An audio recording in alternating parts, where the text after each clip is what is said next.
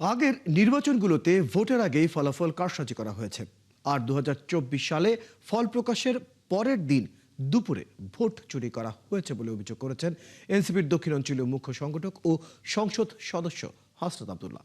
শুক্রবার নোয়াখালীতে জুলাই পদযাত্রা শেষে এক সমাবেশে এসব কথা বলেন তিনি।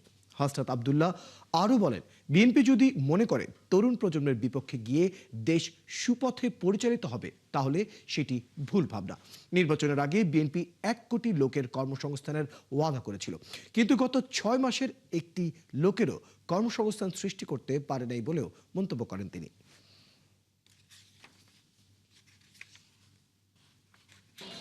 14 সালেও ভোট চুরি হয়েছে, 18 সালেও হয়েছে, 24 সালেও হয়েছে। তবে এই ভোট চুরিটা করা হয়েছে ফল প্রকাশের আগেই ভোটটাকে চুরি করা হয়েছে। কিন্তু আবার আমরা আরেক ধরনের মেকানিজম দেখলাম, এবারও ভোট চুরি হয়েছে, তবে সেটা ফল প্রকাশের পরে।